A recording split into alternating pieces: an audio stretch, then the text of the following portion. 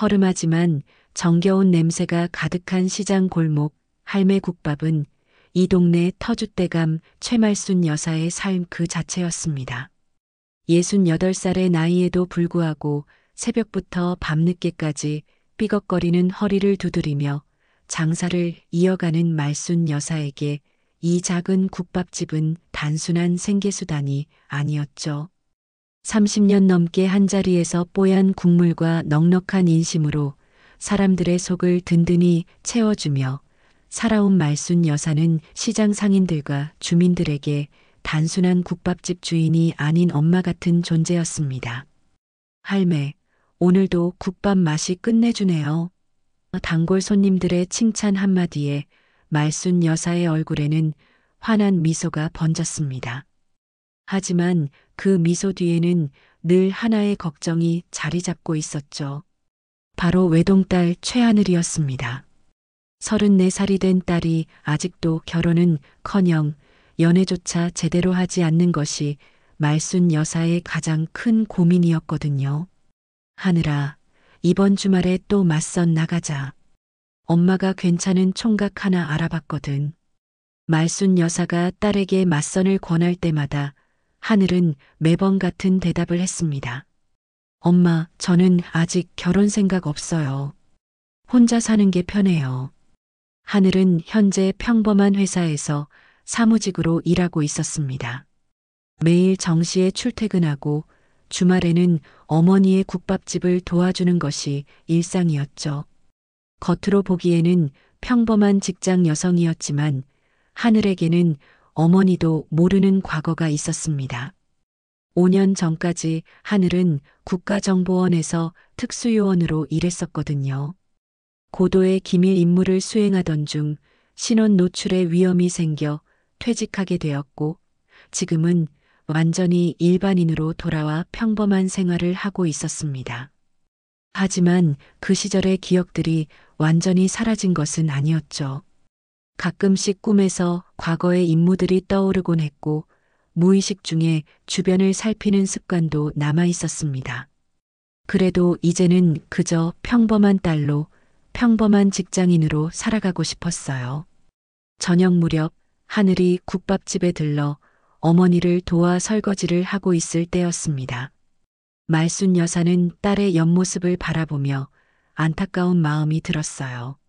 하늘아, 넌 왜 이렇게 혼자 있으려고 하니? 좋은 사람 만나서 가정도 꾸리고 살면 얼마나 좋을까? 엄마, 전 지금도 충분히 행복해요. 엄마랑 이렇게 국밥집에서 함께 있는 것만으로도요. 하늘의 대답에 말순 여사는 한편으로는 고맙기도 했지만 다른 한편으로는 걱정이 앞섰습니다. 딸이 자신 때문에 결혼을 미루고 있는 것은 아닌지 하는 생각이 들었거든요. 하늘아, 엄마는 괜찮으니까 내일부터 생각해. 엄마가 언제까지 살겠어? 내가 혼자 남으면 어떡하려고 그래? 말순 여사의 걱정 어린 목소리에 하늘은 잠시 손을 멈췄습니다. 사실 하늘도 고민이 많았어요. 과거의 일 때문에 누군가와 깊은 관계를 맺는 것이 두려웠거든요. 국정원에서 일할 때는 항상 신분을 숨기고 살아야 했습니다. 진짜 이름도 진짜 직업도 말할 수 없었죠. 그런 생활이 5년간 계속되다 보니 다른 사람과 진정한 관계를 맺는 것이 어려워졌어요.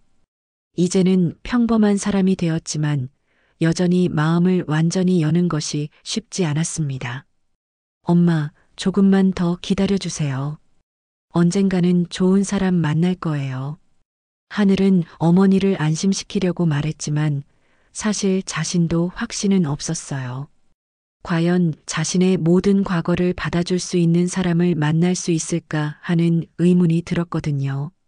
그들의 일상은 겉보기에 평화로웠습니다. 아침이면 말순 여사가 새벽 일찍 일어나 국밥을 끓이고 하늘은 출근길에 들러 어머니와 아침 인사를 나누며 하루를 시작했죠. 하지만 하늘에게는 어머니에게 말할 수 없는 과거가 있었고 그 비밀 때문에 완전히 마음을 열지 못하는 상황이었습니다. 말순 여사는 딸의 진짜 과거를 모르고 있었고 하늘은 평범한 일상이 계속되기만을 바라며 조용히 살아가고 있었거든요. 그렇게 평온해 보이던 모녀의 일상에 곧 예상치 못한 변화가 찾아올 것이라는 사실을 그때는 아무도 몰랐습니다. 그날도 여느 때와 다름없이 북적이는 점심시간이었습니다. 할매, 여기 순대 국밥 하나. 단골 손님인 김 사장이 넉살 좋게 자리에 앉았어요. 김 사장은 몇 년 전 이 시장에 새로 들어와 건어물 가게를 운영하는 사람이었습니다. 늘 허허실실 웃는 얼굴에 깍듯한 태도로 시장 사람들과 잘 어울렸지만 말순 여사는 왠지 모르게 김 사장에게서 늘 미심쩍은 기운을 느꼈어요. 김 사장, 오늘은 좀 안 좋아 보이네요. 무슨 일이라도 있어요? 말순 여사가 국밥을 내놓으며 물었습니다. 김 사장은 평소와 달리 창백한 얼굴로 국밥을 주문했거든요. 손도 미세하게 떨리고 있었고 계속 시계를 보며 초조해하는 모습이었어요. 아, 할매. 그냥 요즘 장사가 좀 안 되어서 그래요. 뭐 별일 있겠어요. 김 사장은 억지로 웃으며 대답했지만 말순 여사의 예리한 눈에는 그의 불안함이 고스란히 보였습니다. 30년 넘게 장사를 하면서 온갖 사람들을 봐온 말순 여사는 사람의 표정만 봐도 속마음을 어느 정도 짐작할 수 있었거든요. 김 사장이 국밥을 받자마자 갑자기 핸드폰이 울렸습니다. 벨소리에 깜짝 놀란 김 사장은 급히 전화를 받았어요. 여보세요? 아, 네네. 알겠습니다. 지금 바로 갈게요. 짧은 통화를 마친 김 사장의 얼굴은 더욱 창백해졌습니다. 할매, 미안해요. 갑자기 급한 일이 생겨서 다음에 꼭 올게요. 김 사장은 국밥에 손도 대지 않은 채 황급히 자리에서 일어났어요. 국밥값도 내지 않고 급하게 가게를 나서는 김 사장의 모습에 말순 여사는 당황했습니다. 김 사장이 이렇게 예의 없이 행동한 적은 한 번도 없었거든요. 어머, 김 사장이 왜 저렇게 급하게 나가지? 말순 여사는 고개를 갸우뚱하며 혼잣말을 했어요. 하지만 곧 다른 손님들이 들어오는 바람에 김 사장 일은 잊어버리고 다시 장사에 집중했습니다. 그날 저녁 평소보다 늦게까지 손님들이 이어져 말순 여사는 피곤해 지쳐 있었어요. 마지막 손님을 보낸 후 가게 정리를 하던 말순 여사는 문득 오늘 있었던 김 사장의 이상한 행동이 떠올랐습니다. 참 이상하네. 김 사장이 국밥값도 안 내고 가다니. 말순 여사는 고개를 저으며 계산대 주변을 정리했어요. 그때였습니다. 가게 앞에 검은색 승용차 2대가 멈춰 섰어요. 말순 여사는 이상하다는 생각이 들어 창문 너머로 바깥을 내다봤습니다. 차에서 내린 사람들은 평범한 사람들이 아니었어요. 모두 검은 정장을 입고 있었고 험악한 인상에 덩치도 상당했거든요. 이봐요, 할매. 그들 중 한 명이 큰 소리로 말순 여사를 불렀습니다. 말순 여사는 가슴이 두근거렸지만 용기를 내어 가게 밖으로 나갔어요. 네, 무슨 일이세요? 김 사장, 오늘 여기 왔다 갔지? 사내의 말투는 협박적이었습니다. 말순 여사는 본능적으로 위험을 감지했어요. 김 사장이요? 네, 점심때 왔다가 급한 일이 있다며 가셨는데요. 그 새끼가 뭔가 놓고 간 것 없어? 돈이나 가방 같은 거 말이야. 사내의 눈빛이 매서워졌습니다. 말순 여사는 김 사장이 아무것도 놓고 가지 않았다고 대답했지만 사내들은 믿지 않는 눈치였어요. 할매, 거짓말하면 안 돼. 우리가 확인해 봐야겠어. 사내들은 말순 여사의 대답도 듣지 않고 가게 안으로 들어가기 시작했습니다. 이봐요. 당신들이 누군데 남의 가게에서 이러는 거예요. 말순 여사가 소리쳤지만 그들은 아랑곳하지 않았어요. 사내들은 가게 곳곳을 뒤지기 시작했습니다. 계산대 서랍을 열어보고 냉장고 뒤까지 살펴보며 무언가를 찾고 있었어요. 말순 여사는 두려움에 떨면서도 화가 났습니다. 당장 나가세요. 안 그러면 경찰 부를 거예요. 그때 사내들 중 우두머리로 보이는 남자가 비릿한 미소를 지으며 말했습니다. 할매, 경찰 부르지 마. 우리는 김 사장이 가져간 우리 돈을 찾고 있을 뿐이야. 그 새끼가 우리 돈을 들고 튀었거든. 분명히 여기 숨겨놨을 거야. 저는 그런 거 몰라요. 김 사장이 그냥 국밥 먹으러 왔다가 급히 간 게 전부예요. 말순 여사는 목소리를 높였지만 사내들의 표정은 더욱 험악해졌어요. 할매가 모르긴 뭘 몰라. 김 사장이 할매한테 부탁했을 거 아냐. 돈 좀 맡아달라고 말이야. 우두머리 사내는 말순 여사에게 한 걸음 더 다가왔습니다. 말순 여사는 등골이 오싹했어요. 이들의 눈빛에는 살기가 등등했거든요.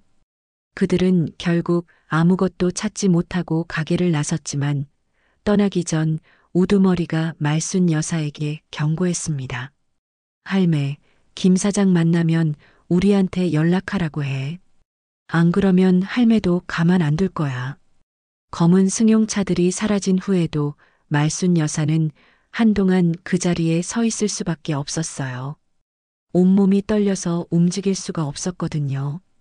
밤늦게 퇴근한 하늘은 평소와 달리 국밥집 주변이 어수선한 분위기라는 것을 직감적으로 느꼈습니다. 국정원에서 일할 때 길러진 예민한 감각이 무언가 이상하다고 경고하고 있었거든요. 가게 앞에 도착한 하늘은 충격에 입을 다물 수 없었어요. 가게 문이 반쯤 부서져 있었고 안에서는 엄마인 말순 여사가 떨리는 손으로 엎어진 그릇들을 정리하고 있었습니다. 엄마, 무슨 일이에요? 왜 이렇게 됐어요? 하늘은 급히 가게 안으로 들어가며 말순 여사를 부축했습니다. 말순 여사는 딸을 보자마자 참았던 눈물이 터져 나왔어요. 하늘아, 무서웠어. 정말 무서웠다고. 하늘은 엄마를 진정시키며 차근차근 상황을 파악했습니다. 말순 여사는 흐느끼며 낮에 있었던 김 사장의 이상한 행동부터 시작해서 저녁에 나타난 무서운 사내들이 가게를 뒤지며 협박했던 일까지 모든 것을 털어놓았어요.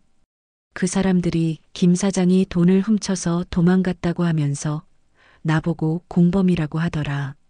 하늘은 엄마의 이야기를 들으며 내심 심각함을 느꼈습니다.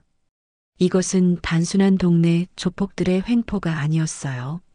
국정원에서 일할 때 비슷한 사건들을 많이 봤던 하늘은 본능적으로 이 사건의 이면에 더 큰 조직이 있다는 것을 짐작했습니다.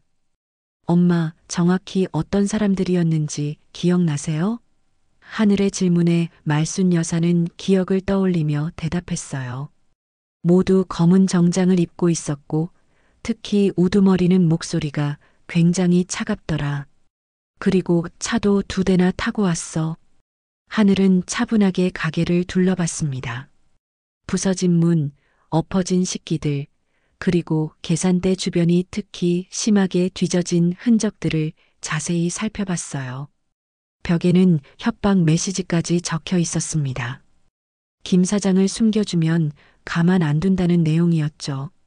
엄마, 김 사장이 정말 아무것도 놓고 가지 않았어요? 하늘의 질문에 말순 여사는 고개를 저었습니다. 아무것도 없었어. 그냥 급하게 나갔을 뿐이야. 하지만 하늘은 뭔가 놓친 것이 있다는 느낌이 들었어요. 그날 밤 하늘은 엄마와 함께 집에 돌아간 후에도 잠을 이룰 수 없었습니다. 머릿속에는 지난 특수요원 시절의 기억들이 스쳐 지나갔어요. 국정원을 떠난 후 잊고 지냈던 위험한 세계가 다시 자신의 삶으로 침범해 들어온 것 같았습니다. 다음 날 아침 하늘은 중대한 결심을 했습니다. 더 이상 엄마에게 비밀을 숨길 수 없다고 판단했거든요. 아침 식사를 준비하던 말순 여사 앞에 앉은 하늘은 깊은 숨을 쉬고 입을 열었어요. 엄마, 저에 대해서 말씀드릴 게 있어요. 하늘의 진지한 표정에 말순 여사도 수저를 내려놓았습니다. 무슨 말이야, 하늘아? 사실 저는 예전에 국가정보원에서 특수요원으로 일했어요. 하늘의 고백에 말순 여사는 충격에 입을 다물지 못했어요. 딸이 늘 평범하게 살기를 바랐던 그녀에게는 청천벽력 같은 소식이었습니다. 뭐라고? 국정원? 우리 하늘이? 말순 여사는 믿을 수 없다는 표정으로 딸을 바라봤어요. 하늘은 엄마의 놀란 표정을 보며 마음이 아팠지만 이제는 모든 것을 말해야 한다고 생각했습니다. 5년 전까지 저는 국가기밀 임무를 수행하는 특수요원이었어요. 하지만 신원이 노출될 위험이 생겨서 퇴직하고 지금처럼 평범하게 살게 된 거예요. 하늘은 차근차근 자신의 과거를 설명했습니다. 말순 여사는 한동안 말을 잇지 못했어요. 그동안 딸이 왜 그렇게 매사에 신중했는지, 왜 낯선 사람들을 경계하는 듯한 모습을 보였는지 이제야 이해가 되었습니다. 그래서 내가 그래서 항상 조심스러워하고, 네, 엄마. 죄송해요. 그동안 숨겨서. 하늘의 눈에도 눈물이 고였어요. 하지만 곧 딸의 단단한 눈빛에서 자신을 지키려는 의지를 읽은 말순 여사는 딸의 손을 꽉 잡았습니다. 엄마, 어제 일은 제가 해결할게요. 그 사람들이 누군지, 김 사장이 왜 쫓기고 있는지 알아볼게요. 하늘은 단호하게 말했습니다. 국정원을 떠났지만 여전히 남아있는 인맥과 감각을 동원해서 이 사건을 파헤칠 생각이었거든요. 하늘은 우선 어제 조폭들이 남긴 흔적들을 다시 한번 자세히 살펴봤습니다.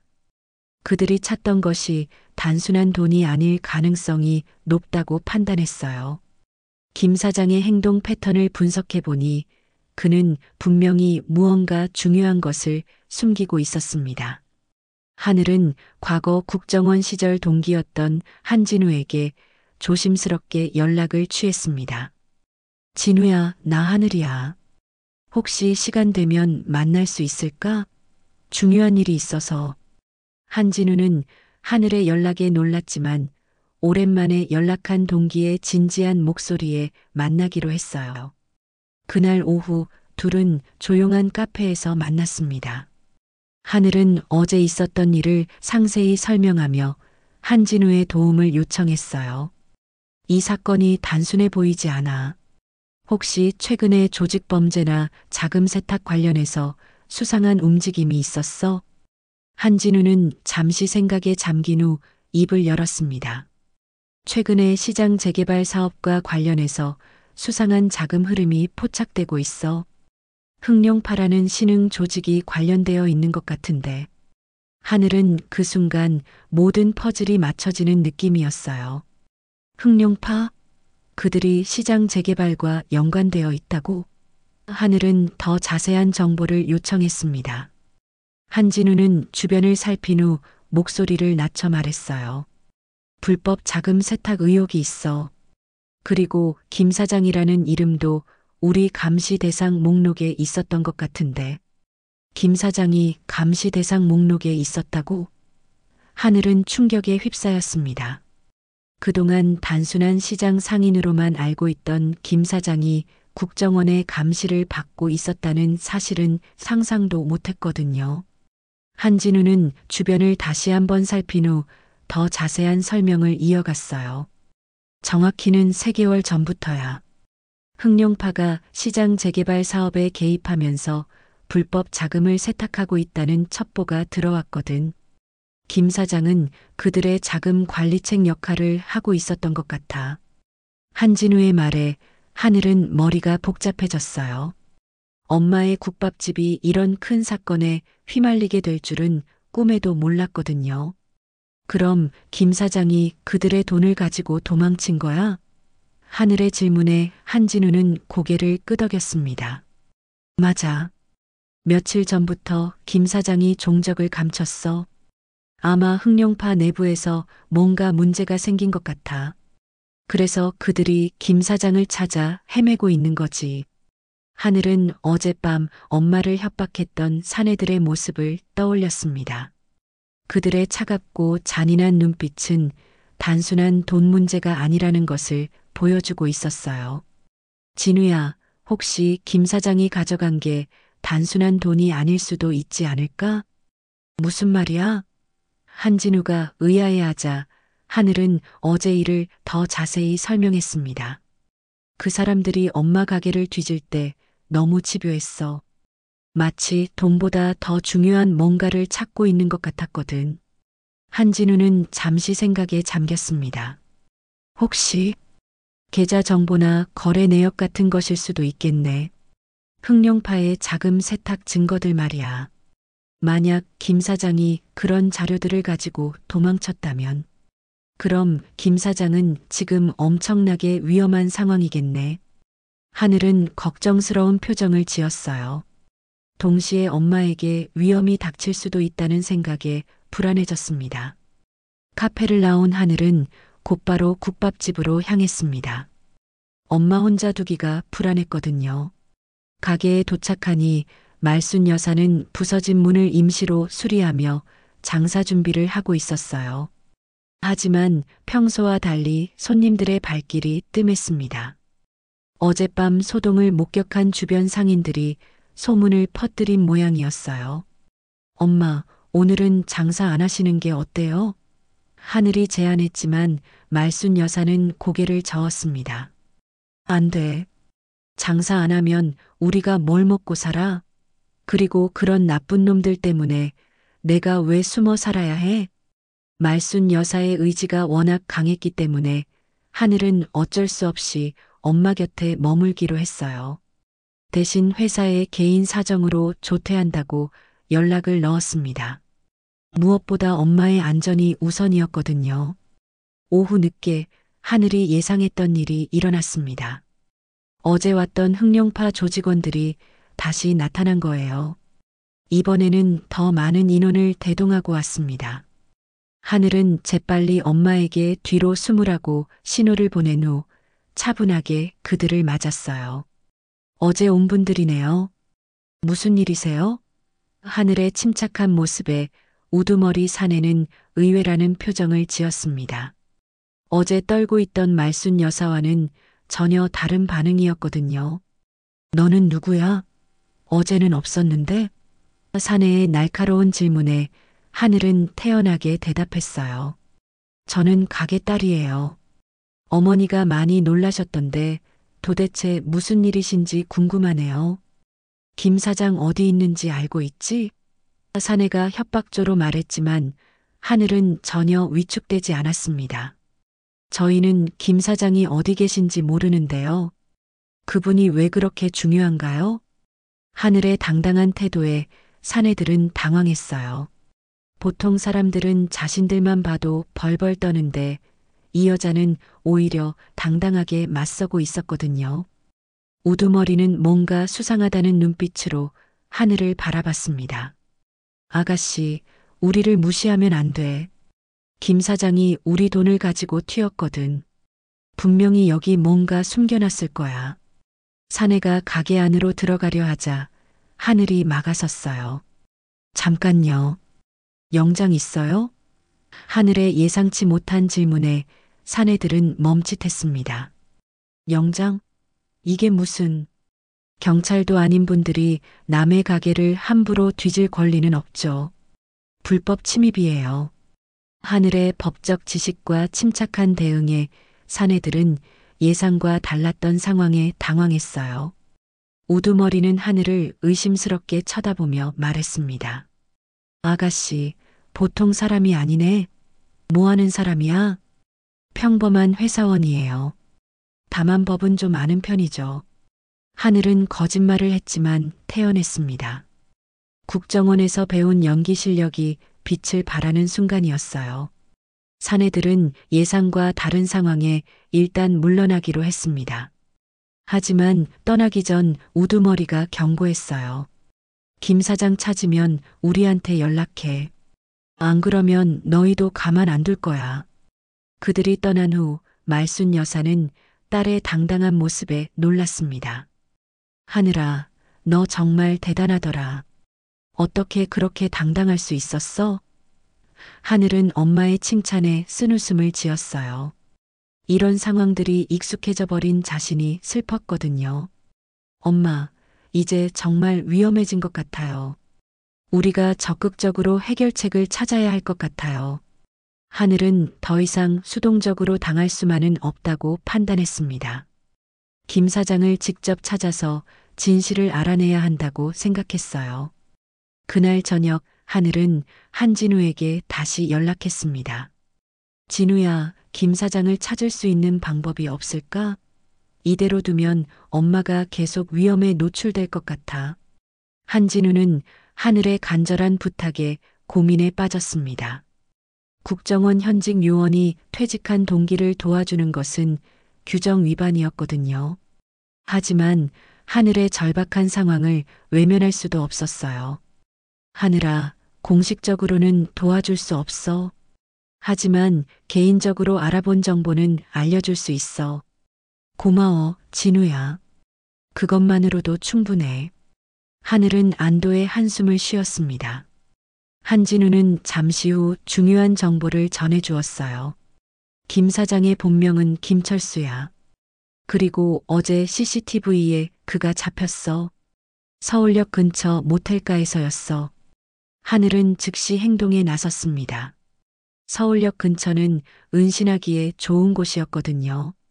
복잡하고 사람이 많아서 추적하기 어려웠어요.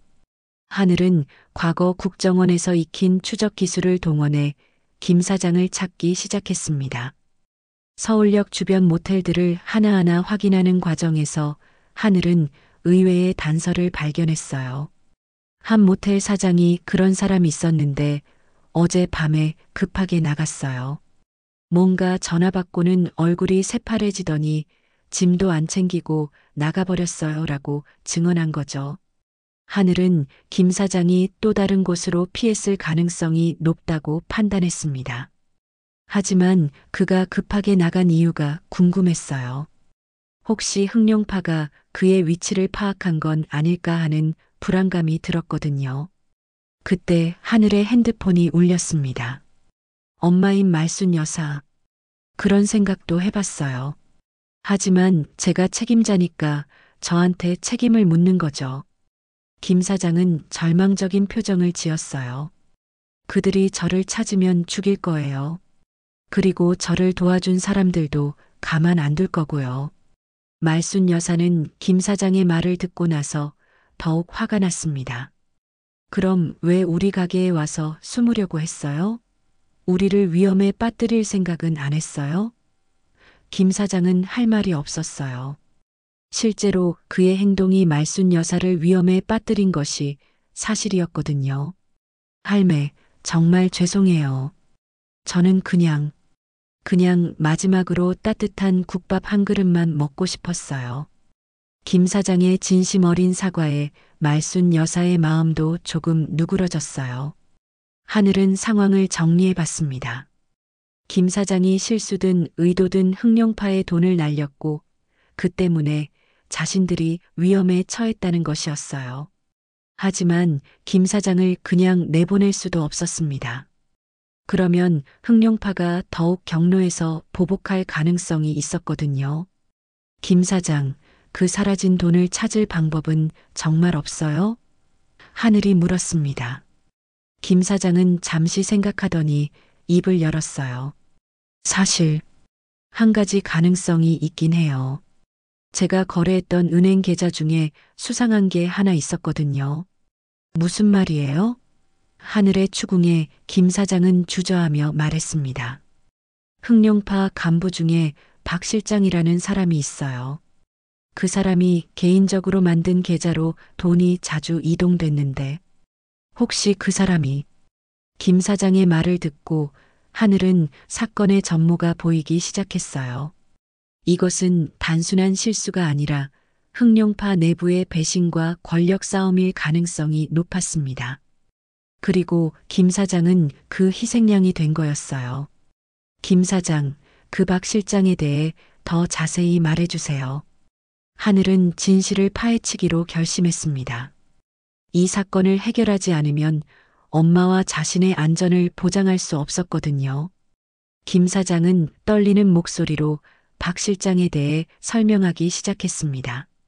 박 실장은 흑룡파에서 2인자예요. 겉으로는 조직에 충성하는 것처럼 보이지만 사실 개인적인 욕심이 많은 사람이거든요. 하늘은 김 사장의 말을 귀에 깊게 들었어요. 조직 내부의 배신은 흔히 일어나는 일이었거든요. 그 사람이 제게 특별한 계좌를 만들라고 했어요. 조직 회계와는 별개로 관리하는 비자금 계좌라고 하면서요. 김 사장은 계속해서 설명했습니다. 처음에는 단순히 조직 운영비를 따로 관리하는 줄 알았는데 나중에 보니 그 계좌로 들어오는 돈이 너무 많았어요. 말순 여사는 이런 복잡한 이야기를 들으며 머리가 아팠어요. 단순하게 국밥만 끓여왔던 자신의 삶과는 너무나 다른 세계였거든요. 그래서 그 박 실장이라는 사람이 돈을 훔친 거 아니에요? 그럴 가능성이 높아요. 하늘이 김 사장의 말을 정리했습니다. 박 실장이 자신이 만든 비자금 계좌로 돈을 빼돌리고 김 사장에게 책임을 뒤집어 씌운 거네요. 김 사장은 고개를 끄덕였어요. 저도 그런 생각이 들어요. 하지만 증거가 없어서 하늘은 잠시 생각에 잠겼습니다. 이 상황을 해결하려면 박 실장의 비리를 증명해야 했어요. 하지만 그것은 매우 위험한 일이었습니다. 흑룡파 내부에 들어가서 증거를 찾아야 했거든요.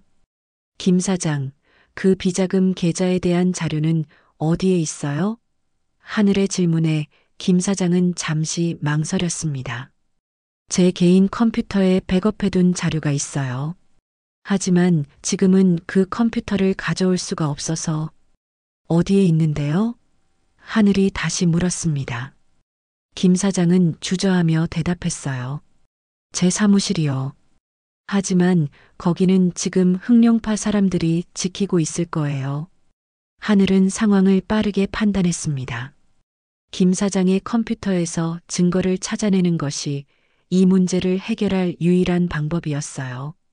하지만 그러기 위해서는 흑룡파가 지키고 있는 사무실에 들어가야 했습니다. 김 사장, 그 사무실 구조를 자세히 설명해 주세요. 하늘의 진지한 표정에 김 사장은 놀랐어요. 설마 직접 들어가시려는 건 아니죠? 너무 위험해요. 다른 방법이 없어요. 이대로 두면 엄마가 계속 위험에 노출될 거예요. 하늘의 단호한 말에 말순 여사가 깜짝 놀랐습니다. 하늘아, 너 미쳤어? 그런 위험한 곳에 왜 들어가려고 해? 엄마, 걱정 마세요. 저는 이런 일에 경험이 있어요. 하늘은 엄마를 안심시키려 했지만 말순 여사의 걱정은 더욱 커졌어요. 딸이 국정원 출신이라는 것을 알았지만 여전히 걱정되는 것은 어쩔 수 없었거든요. 김 사장은 결국 사무실의 구조를 자세히 설명해 주었습니다. 3층 건물의 2층에 있어요. 앞쪽 계단으로는 경비가 있고 뒤쪽에 비상계단이 있어요. 제 사무실은 복도 끝에서 두 번째 방이고요.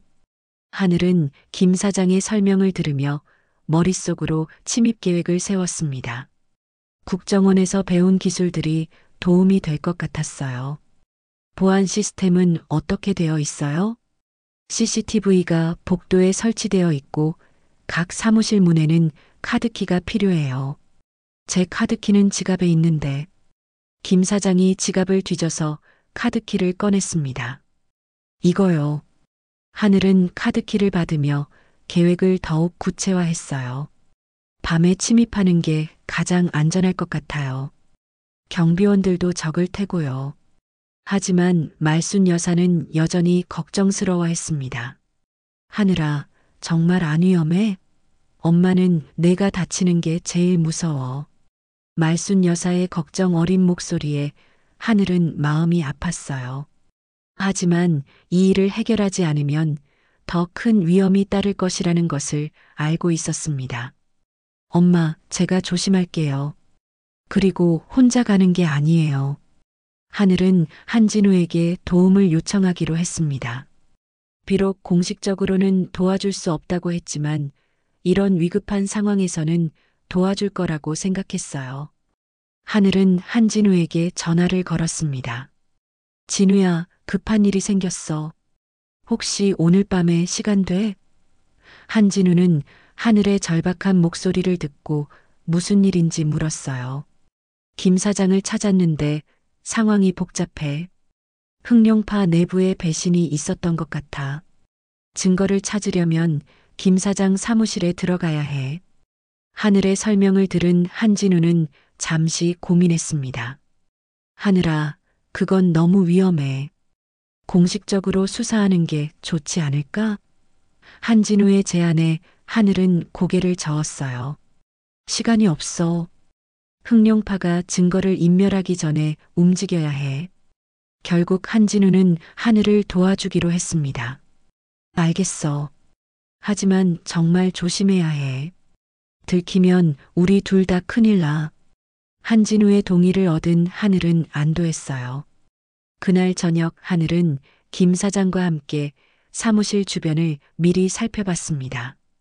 건물의 구조와 경비 시스템을 직접 확인하기 위해서였어요. 저기 뒤쪽 비상계단이에요. CCTV 사각지대거든요. 김 사장의 설명대로 뒤쪽은 비교적 안전해 보였습니다. 오늘 밤 12시에 행동하죠. 하늘은 계획을 최종 점검했습니다.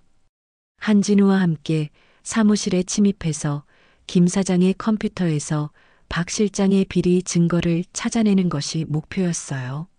말순 여사는 딸이 위험한 일을 하러 나가는 것을 지켜보며 가슴이 철렁했습니다. 하늘아, 정말 조심해. 엄마는 너 하나뿐이야. 하늘은 엄마를 꽉 안아주며 약속했어요. 걱정 마세요, 엄마. 꼭 안전하게 돌아올게요. 김 사장도 미안한 마음에 하늘에게 거듭 사과했습니다. 정말 죄송해요. 제 때문에 이런 위험한 일까지. 하늘은 김 사장을 위로했어요. 이제 문제를 해결할 때가 됐어요. 더 이상 도망칠 필요 없어요. 밤이 깊어갈수록 하늘의 마음도 더욱 단단해졌습니다. 이번 작전이 성공해야만 엄마와 자신의 평범한 일상을 되찾을 수 있었거든요. 드디어 진짜 싸움이 시작되는 순간이었습니다. 밤 12시 하늘과 한진우는 김 사장의 사무실이 있는 건물 뒤편에서 만났습니다. 둘 다 검은색 옷을 입고 있었고 하늘은 국정원 시절 사용하던 소형 장비들을 준비해 왔어요. 정말 오랜만이네. 이런 일 하는 거. 하늘이 긴장된 목소리로 말했습니다. 나도 마찬가지야. 현직에서도 이런 잠입 작전은 자주 하는 게 아니거든. 한진우도 긴장하고 있었어요. 하지만 동시에 오랜만에 하늘과 함께 작업하게 되어 반가웠습니다. 건물 뒤편은 김 사장의 말대로 CCTV 사각지대였어요. 하지만 완전히 안전한 것은 아니었습니다. 1층에는 경비실이 있었고 경비원이 순찰을 돌고 있었거든요. 경비원 패턴을 한 번 더 확인해 보자. 하늘이 속삭였습니다. 관찰한 결과 경비원은 30분마다 한 번씩 건물을 도는 것을 확인했어요. 지금 막 순찰을 마치고 경비실로 들어간 상황이었습니다. 지금이 기회야. 한진우가 신호를 보냈어요. 하늘은 국정원에서 배운 기술을 동원해서 비상계단 문의 잠금 장치를 해제했습니다. 예상보다 쉽게 열렸어요. 김 사장 말이 맞네. 이 문은 보안이 허술해. 둘은 조용히 계단을 올라가기 시작했습니다. 2층에 도착하니 복도에 희미한 불빛이 켜져 있었어요.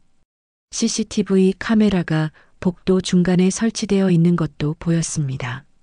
저 카메라를 피해서 가야 해. 하늘이 카메라의 사각지대를 분석했어요. 다행히 벽을 따라 움직이면 카메라에 잡히지 않고 김 사장의 사무실까지 갈 수 있었습니다. 하늘은 김 사장에게서 받은 카드키로 문을 열었어요. 문이 열리면서 작은 경고음이 났지만 곧 멈췄습니다. 사무실 안은 어둠에 쌓여 있었어요. 하늘은 소형 손전등으로 주변을 비춰보며 김 사장의 컴퓨터를 찾았습니다. 저기 있어. 책상 위에 노트북이 놓여 있었어요. 컴퓨터를 켜는 순간 예상치 못한 일이 벌어졌습니다. 비밀번호를 요구하는 화면이 나타난 거예요. 어떡하지? 김 사장한테 비밀번호를 물어봐야 하나? 한진우가 당황했습니다. 하지만 하늘은 침착했어요.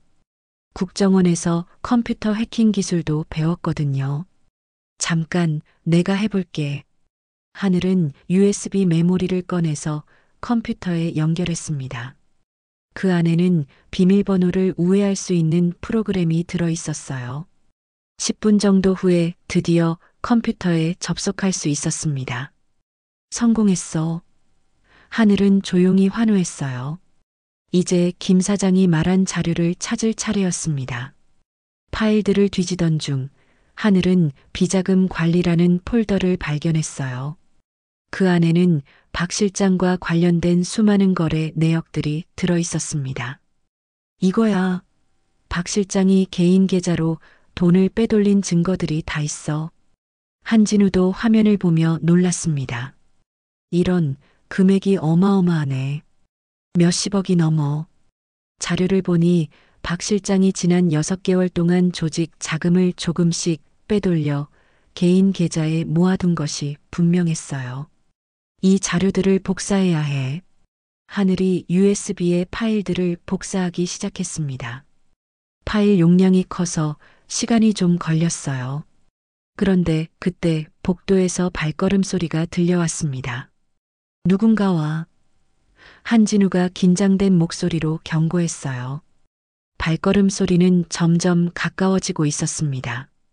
하늘은 서둘러 파일 복사를 완료하려 했지만 아직 절반밖에 끝나지 않았어요. 하늘아, 빨리. 한진우가 다급하게 재촉했습니다. 발걸음 소리가 바로 문 앞에서 멈췄어요. 누군가 문 밖에 서 있는 것 같았습니다. 하늘은 재빨리 컴퓨터를 끄고 USB를 뽑았어요. 파일 복사가 완전히 끝나지 않았지만 어쩔 수 없었습니다. 창문으로 나가자. 하늘이 속삭였어요. 다행히 사무실 창문은 비상사다리와 연결되어 있었어요. 하늘과 한진우는 조용히 창문을 열고 밖으로 나갔습니다. 그 순간 사무실 문이 열리는 소리가 들렸어요. 누군가 있었던 것 같은데? 남자의 목소리가 들렸습니다. 흑룡파 조직원이 순찰을 도는 것 같았어요. 하늘과 한진우는 숨을 죽이며 비상사다리를 내려갔습니다. 건물에서 벗어난 후 둘은 안전한 곳으로 이동했어요. 휴, 정말 아슬아슬했네. 한진우가 안도의 한숨을 쉬었습니다. 하늘도 긴장이 풀리며 웃음이 나왔어요. 오랜만에 스릴 넘치는 일이었어. 그런데 파일 복사가 다 됐어? 한진우가 걱정스럽게 물었습니다. 하늘은 USB를 확인해 봤어요. 다행히 중요한 자료들은 다 복사됐어. 박 실장의 비리 증거가 충분히 있어. USB에는 박 실장이 개인 계좌로 빼돌린 거래 내역들과 가짜 영수증들, 그리고 김 사장에게 지시한 내용들이 담긴 메모까지 들어 있었어요. 이 정도면 박 실장의 배신을 증명할 수 있었습니다. 이제 이 자료를 어떻게 활용할지 생각해 봐야겠어. 하늘이 말했습니다. 단순히 경찰에 신고하는 것보다는 더 전략적으로 접근해야 했어요. 흑룡파 내부의 분열을 이용할 필요가 있었거든요. 한진우는 하늘의 계획을 듣고 감탄했어요. 역시 너답네. 이런 상황에서도 냉정하게 판단하고. 하늘은 미소를 지었어요. 국정원에서 배운 게 헛되지 않았나 봐. 집으로 돌아가는 길에 하늘은 내일의 계획을 세웠습니다. 박 실장의 비리를 폭로해서 흑룡파 내부의 혼란을 일으키고 그 틈을 타서 김 사장을 안전하게 보호해야 했어요. 동시에 엄마의 안전도 확보해야 했습니다. 내일이 중요한 하루가 될 것 같아 하늘이 혼잣말처럼 중얼거렸어요. 드디어 반격할 때가 온 것입니다. 이제 흑룡파가 자신들의 실수를 깨닫게 될 차례였어요. 집에 도착한 하늘은 말순 여사에게 안전하게 돌아왔다고 알렸습니다. 엄마, 걱정 마세요. 내일이면 모든 게 해결될 거예요. 말순 여사는 딸을 보며 안도했지만 여전히 걱정스러웠어요. 과연 이 복잡한 문제가 정말 해결될 수 있을까요? 다음 날 아침, 하늘은 결정적인 계획을 실행에 옮겼습니다. USB에 담긴 박 실장의 비리 증거를 활용해서 흑룡파 내부의 균열을 일으키는 것이었어요. 하늘은 한진우와 함께 신중하게 작전을 짰습니다. 박 실장의 상관인 조직 보스에게 직접 증거를 보내는 게 어때? 한진우의 제안에 하늘은 고개를 끄덕였어요. 좋은 생각이야. 조직 내부에서 박 실장을 처리하게 만드는 거지. 하늘은 익명으로 흑룡파 보스에게 박 실장의 비리 자료를 전달했습니다. 조직의 돈을 개인적으로 빼돌린 증거와 함께 김 사장에게 죄를 뒤집어 씌우려 했다는 내용도 포함했어요. 조직 범죄에서 배신은 가장 무거운 죄였거든요. 한편 국밥집에서는 김 사장이 불안해하며 하늘의 연락을 기다리고 있었습니다. 정말 이 방법이 통할까요? 김 사장의 걱정에 말순 여사가 대답했어요. 우리 하늘이가 해낸다고 했으니까 믿어봐요. 오후 2시쯤 하늘의 계획이 효과를 보기 시작했습니다. 흑룡파 내부에 큰 소동이 일어난 거예요. 한진우로부터 연락을 받은 하늘은 상황을 파악했습니다. 보스가 박 실장을 긴급 소집했대. 아마 증거를 확인한 것 같아. 그날 저녁 예상했던 대로 박 실장이 조직에서 숙청당했다는 소식이 들려왔어요. 조직의 돈을 빼돌린 것이 들통난 박 실장은 보스의 분노를 샀고 결국 조직에서 축출되었습니다. 더 나아가 사라진 돈의 행방까지 추궁당하게 되었어요. 이제 김 사장은 안전해졌어. 하늘이 안도의 한숨을 쉬었습니다. 진짜 범인이 밝혀진 이상 김 사장을 쫓을 이유가 없어졌거든요. 오히려 흑룡파는 박 실장이 숨긴 돈을 찾는데 집중하게 되었습니다. 하지만 하늘의 계획은 여기서 끝나지 않았어요. 한진우와 협력해서 흑룡파의 불법 자금 세탁 증거들을 경찰에 제보했습니다. 박 실장 사건을 계기로 조직 전체가 수사망에 걸리도록 만든 거였어요. 며칠 후 흑룡파 조직원들이 대거 검거되는 뉴스가 나왔습니다. 시장 재개발 사업과 관련된 불법 자금 세탁 혐의였어요. 하늘과 엄마를 협박했던 사내들도 모두 체포되었습니다. 김 사장은 자신을 위해 목숨을 걸고 도와준 하늘과 말순 여사에게 진심으로 감사했어요. 정말 죄송하고 고마워요. 제가 어떻게 보답해야 할지. 눈물을 흘리며 사과하는 김 사장을 보며 말순 여사의 마음도 누그러졌습니다. 김 사장, 이제 정말 새로 시작하세요. 다시는 이런 나쁜 일에 휘말리지 말고요. 말순 여사의 따뜻한 말에 김 사장은 고개를 끄덕였어요. 그는 조직을 떠나 정직하게 살아갈 것을 다짐했습니다. 사건이 해결된 후 국밥집은 다시 평화를 찾았습니다. 부서진 문도 새로 교체했고 단골 손님들도 하나둘 돌아왔어요. 하지만 이번 사건을 통해 말순 여사와 하늘의 관계는 더욱 깊어졌습니다. 하늘아, 엄마가 몰랐던 내 모습을 보게 됐어. 말순 여사가 딸을 바라보며 말했어요. 정말 대단하더라. 우리 딸이 이렇게 멋진 사람인 줄 몰랐어. 하늘은 엄마의 칭찬에 부끄러워했습니다. 엄마, 저는 그냥 엄마를 지키고 싶었을 뿐이에요. 그 말에 말순 여사는 딸을 꽉 안아주었어요. 며칠 후 예상치 못한 손님이 국밥집을 찾아왔습니다. 잘생긴 남자가 정장을 입고 들어온 거예요. 안녕하세요. 하늘 씨 계신가요? 그는 정중하게 인사했습니다. 네, 제가 하늘인데요. 누구세요? 하늘이 의아해하자 남자는 미소를 지었어요. 저는 박민준이라고 합니다. 변호사예요. 이번 사건을 담당했거든요. 민준은 하늘의 활약에 감탄했다고 말했어요. 정말 놀라운 추리력과 실행력이었습니다. 혹시 시간 되시면 커피 한잔 하면서 이야기해 볼까요? 하늘은 당황했지만 민준의 진심 어린 눈빛에 마음이 흔들렸어요. 말순 여사는 딸과 민준의 모습을 보며 살짝 미소를 지었습니다. 하늘아, 가서 커피나 마셔. 엄마는 괜찮으니까. 엄마의 격려에 하늘은 민준과 함께 카페로 향했어요. 카페에서 민준은 하늘에게 진심 어린 관심을 보였습니다. 이번 사건을 통해 하늘 씨의 능력을 알게 됐어요. 정말 대단하세요.